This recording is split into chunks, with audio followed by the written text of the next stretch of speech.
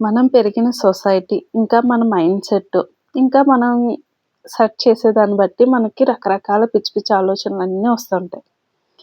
ఆలోచనలు రావడంలో నేను ఫస్ట్ ఉంటాను యాక్చువల్లీ. అయితే మనకొచ్చే ఆలోచనలకి ఎంత బ్రౌజ్ చేసినా, ఎవరెన్ని చెప్పినా కూడా మనకి కన్విన్సింగ్‌గా అనిపించదు. కానీ ఒక్క 5 మినిట్స్ ఆలోచిస్తే మనకేదన్నా ఒక కన్విన్సింగ్ ఆన్సర్ వచ్చిందనుకోండి, భలే క్రేజీగా ఉంటది గదా! ఈరోజు నాకొచ్చిన ఆలోచన ఏంటంటే, ఇన్ని అవతారాలు ఎత్తినా సరే, భూమి మీద నుంచి చెడెందుకు కంప్లీట్‌గా పోవట్లేదు. అలా ఆలోచించినప్పుడు నేను ఒక అవతారాన్ని ఎగ్జాంపుల్‌గా తీసుకున్నాను. అది కూడా ఫస్ట్ అవతారం విష్ణుమూర్తిది. సో, అవతారంలోనే ఒక అసురుడు బ్రహ్మ నుంచి దొరికిన వేదాలు, ఉపనిషత్తులు మొత్తం అన్నీ తీసుకొనెళ్ళి సముద్ర గర్భం లోపల దాచేసి సమాజానికి జ్ఞానం అందకుండా చేసేస్తాడు. సో, జ్ఞానం లేని సమాజం అంటే అజ్ఞానం. అజ్ఞానం మీన్స్ పాపం. అది పూర్తిగా పెరిగిపోయినప్పుడు విష్ణుమూర్తి ఒక అవతారం ఎత్తి మొత్తం నాశనం చేసి, ఆ అసురుడిని చంపేసి తనకు కావాల్సిన కొంతమంది రాజుల్ని, బ్రాహ్మణుల్ని, కొన్ని మూలికల్ని, ఈ గ్రంథాల్ని, రిక్వైర్డ్ వాటిని మాత్రమే ఒక సేఫ్ ప్లేస్‌లో పెడతారు.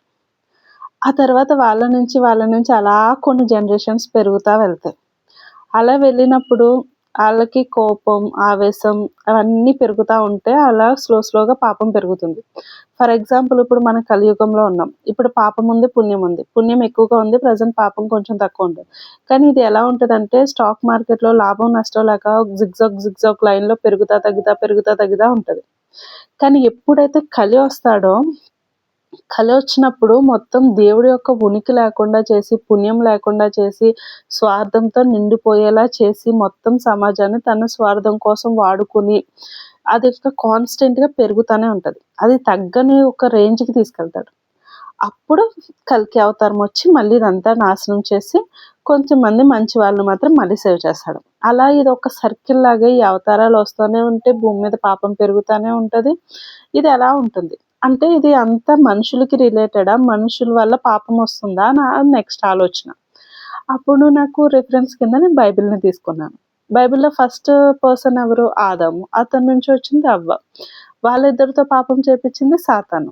అంటే మనుషుల కంటే ముందే సాతానుంది. సాతానుకి, పాపానికి, మనుషులకి సంబంధం లేదు.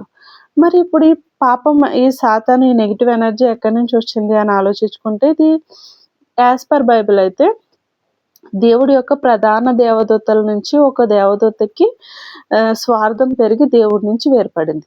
అంటే దేవుడి నుంచి వచ్చింది. ఈ నెగెటివ్ ఎనర్జీ సాతాన్ అనేది. ఇప్పుడు యాస్ పర్ హిందూ అయితే మొత్తం అంతా కూడా బ్రహ్మ నుంచే వచ్చిందని మనం చెప్పుకుంటాం.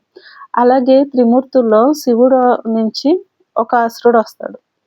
ఆ అసురుడి పేరు అరుణాసురుడు. అరుణాసురుడు మొత్తం ముల్లోకాలని నాశనం చేయాలని చూస్తాడు. ఈ పర్సన్ ఎవరంటే శివాంశ. అంటే శివుడి నుంచి వచ్చిన వాళ్ళు ఇలాంటి పనులు చేయడం ఏంటి అని ఆలోచించుకుంటే, శివుడికి కామం, క్రోధం ఇలాంటి ఏదన్నా నెగెటివ్ ఎనర్జీ వచ్చినప్పుడు తన నుంచి తను వేరు చేసి ఎక్కడ దుక్కున విడిచిపెట్టేస్తాడు. ఆ విడిచిపెట్టేసింది అది నెగెటివ్ ఎనర్జీ కాబట్టి అది నెగెటివ్‌గా వర్క్ చేస్తది. అది ఎప్పుడైతే పెరుగుతదో అప్పుడు మళ్ళీ దాన్ని నాశనం చేసేస్తది. అలా శివుడికి మళ్ళీ ఆ ఫీలింగ్ వచ్చినప్పుడు దాన్ని మళ్ళీ వేరే చోట విడిచిపెడతాడు. దాని పేరు జలంధరుడు. అది కూడా పీక్ స్టేజ్‌లోకెళ్ళినప్పుడు మళ్ళీ జలంధర్‌ని నాశనం చేస్తారు. అంటే అలా ఫీలింగ్ వచ్చిన ప్రతిసారి నెగెటివ్ ఎనర్జీ తను ఫీల్ అయిన ప్రతిసారి ఎక్కడ దుక్కున విడిచిపెట్టేస్తారు. కోపం గాని ఏదైనా కూడా అనవసరమైంది. సో, అది సృష్టి నాశనం చేయడానికి బయలుదేరుతది. దాన్ని నాశనం చేసేస్తారు. అలా ఒక సర్కిల్ లాగా అది కూడా తిరుగుతది. అంటే ఈ పాపమైన నెగెటివ్ ఎనర్జీ అనేది ఇన్‌ఫాక్ట్ దేవుళ్ళు మనకన్నా బాగా హ్యాండిల్ చేయరు. ఇప్పుడు మనకేదన్నా చెడ్డ ఆలోచనలు వచ్చినాయనుకోండి, మనం హ్యాండిల్ చేయలేం. కానీ దేవుళ్ళు వాటిని వాళ్ళ ఆధీనంలో పెట్టుకోగలరు. బాగా హ్యాండిల్ చేయగలరు. కానీ వాళ్ళ నుంచి దాన్ని కంప్లీట్‌గా దూరం చేయలేరు. వాళ్ళలో కూడా ఎంతో కొంత పర్సెంటేజ్ అయితే కంపల్సరీగా ఉంటది. అంటే దేవుళ్ళ నుంచి వచ్చింది. మరి ఇది నెగెటివ్ ఎనర్జీ, పాజిటివ్ ఎనర్జీ అది దేవుళ్ళకి సంబంధించింది. మరి మనం ఏం చేసాం? మనతో ఎందుకు ఇదంతా జరుగుతది? అవతారాలు ఇదంతా ఎందుకు అంటే గనక, ఇప్పుడు నేను ఈ అవతారాలు ఇవన్నీ చేసి మనుషుల్ని చంపడం ఇదంతా ఒక సర్కిల్ లాగా నడుస్తది కదా! ఈ మనుషులతో ఎందుకు ఆడుకుంటారా అంటే గనక నేను నెక్స్ట్ రిఫరెన్స్ కింద 'రోబో' మూవీని తీసుకున్నాను.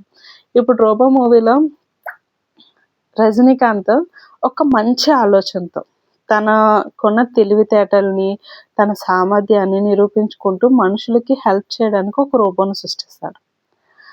ఆ రోబోతో హీరోకి ఎందుకు పేరు రావాలి, దాన్ని నా స్వార్థంగా నేను యూజ్ చేసుకుందామని చెప్పి విలనొచ్చి రెడ్ షిప్ పెడతాడు.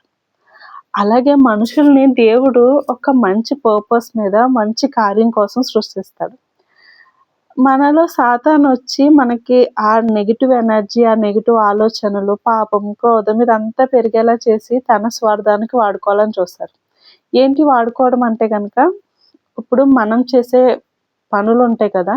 మనం చేసే మంచి పనులతో దేవుడికి ఒక పాజిటివ్ ఎనర్జీ వస్తది. అలాగే సాతాను శక్తి పెరగడానికి కూడా మనం యూజ్ అవుతాం. అందుకే ఎప్పుడైతే పాపం పెరుగుతదో నెగెటివ్ ఎనర్జీ యొక్క పవర్ అంతా పెరిగిపోతది.